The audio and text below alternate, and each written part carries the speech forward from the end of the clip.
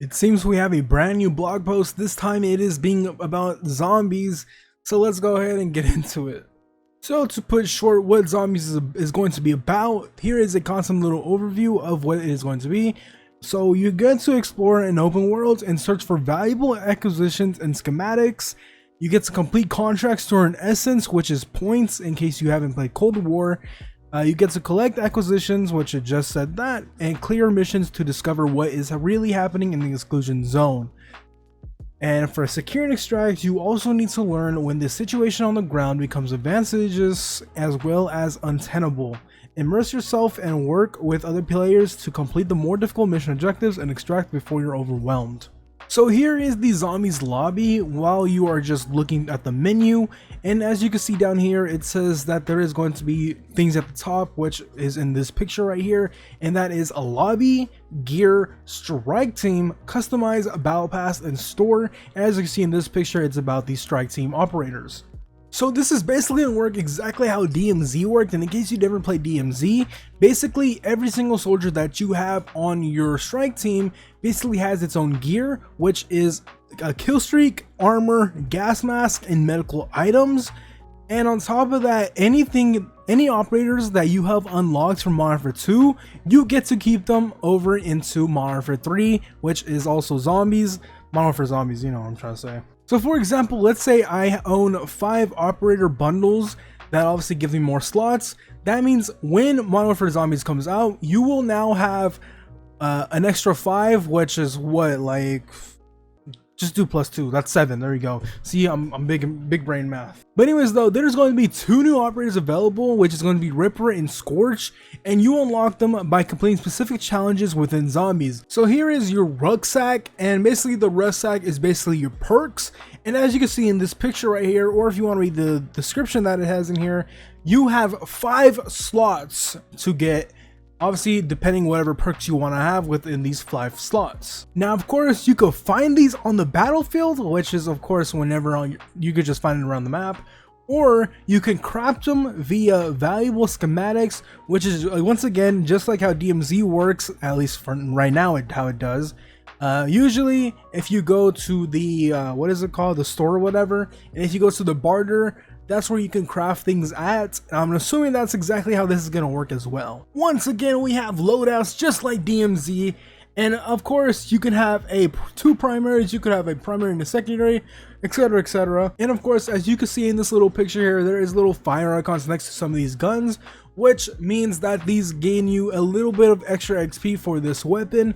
So yeah, if you're trying to get XP, use the weapons with the fire icon. And once again, there's going to be 3 insured slots. First, you will start off with 1, but as later on when you complete more challenges, you will get slot 2, and then once you complete some more challenges, you will get slot 3. And once again, we have the contraband stash, which in here it says that you can stack up to 20 right here, but in this picture it says 21, so I'm assuming later on down the line there is going to be a way to increase your stash. And of course, if you are curious, there's going to be tacticals and lethals obviously, and they're basically going to have every single multiplayer tactical and lethal.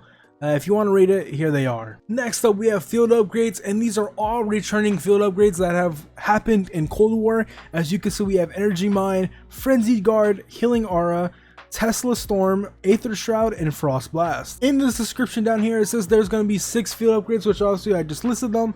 5 of them you will be able to unlock through your military player rank, so I'm assuming the last one will be through a challenge that you have to do specifically in zombies. So here is what every single one of them will do. First, we have the Energy Mine, which is a medium charge. It will spawn an explosive, dealing massive damage to enemies who set it off.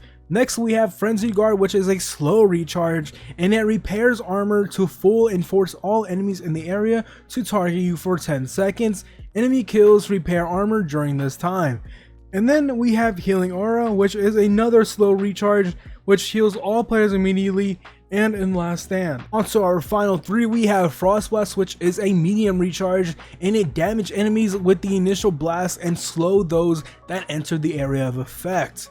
Then we have Aether Shroud, which is a medium recharge once again, and then you become invisible to zombies.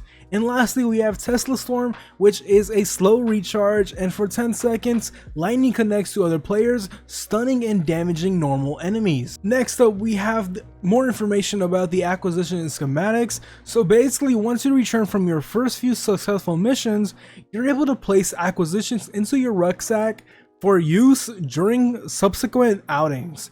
You can also start to craft your own acquisitions at the schematic crafting location, which is in the lobby between drops. And as you can see in this picture right here, there is an acquisition stash and schematic crafting, which is what they said that it will be in the lobby. So what acquisitions is a single-use items that can give you an advantage on the battlefield.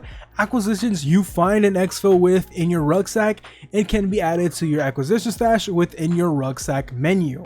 And then we have schematics, which is a highly sought after plan that permanently allows you to craft acquisitions that you can add to your rucksack. Schematics have a cooldown period as well, so keep that in mind, and after which they can be brought into the exclusion zone, of course. So these are going to be all the items that you're going to be able to craft while you're at the menu or whatever, which is an Ethereum, I'm sorry if I'm saying that wrong, which is of course a rare, epic, and a legendary. And then we have the Ether tool, which is you can craft up to uncommon, rare, epic, and legendary. Once again, a little bit more in depth into these Ether tools and Ethereums.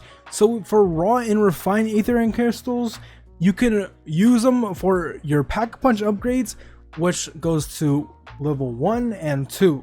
As for uncommon, rare, and epic Ether tools, these upgrades are gonna be for your currently held weapon to a rarer form, and obviously the rarer form, the more damage that it will do to the zombies. Next we have Perca-Colas, which were in Cold War and now they make a return. So we have some perks here, and first off we got Deadshot Daiquiri, Death Perception, Elemental Pop, Juggernog, PhD Flopper, Quick Revive, Speed Cola, Stamina Up, and Tombstone Soda. Now this is not going to be like MP because they are going to be removing the vest, gloves, boots, and gear perk system, and instead you're going to be having the Perca-Colas, which is a permanent boost throughout the mission unless you fully die, and in various in-game attributes by finding or crafting a Perca-Cola. So of course they listed a description on every single perk, which we're going to go through really quick. So for Deadshot Daiquiri, it's ADS, moves to enemy critical location, and removes scope sway. And then we have Death Perception, which is obscured enemies, chests, resources, and item drops are more easily spotted. Then we have Elemental Pop, which is every bullet you fire has a smaller chance to apply a random ammo mod effect. Then we have Juggernog, and I'm pretty sure we all know what Juggernog does, which is increase your health. And then we have PhD Flopper, which is diving into prone, triggers an explosion. The explosion increases the higher you fall, immunity from fall damage while diving, and immunity from fall area of effect damage from the weapons you're using. Then we have Quick Revive, which is reduce the health regeneration delay time by 50%, and along with that you get a 50% boost on reviving allies. Then we have Speed Cola, which is obviously drink to reload and replay armor faster. I don't know why they put drink, but yeah. Then we have Stamina, which is of course you increase run and sprint speed. Then lastly we have Tombstone, which is on death you create a Tombstone stash at that location containing your backpack inventory in the next game. Now for ammo mods, they don't really give a description at all. They only say the ammo mods are Brain Rot, Cryo Freeze, Dead Wire, Napalm Burst, and Shatter Blast. And from what it seems, you're gonna have to test them out your own self and see how they do. Now once again, these are Cold War mods that have existed before, so if you want to get a taste for them, do feel free to play Cold War Zombies and you could try those ones, and these might relate to those. And once again, for the ammo mods, you can also find or craft them just like everything else in this zombie game mode. Next up we have Wonder Weapons, and I'm assuming you guys can probably guess either all of these, one of these, or maybe two of them.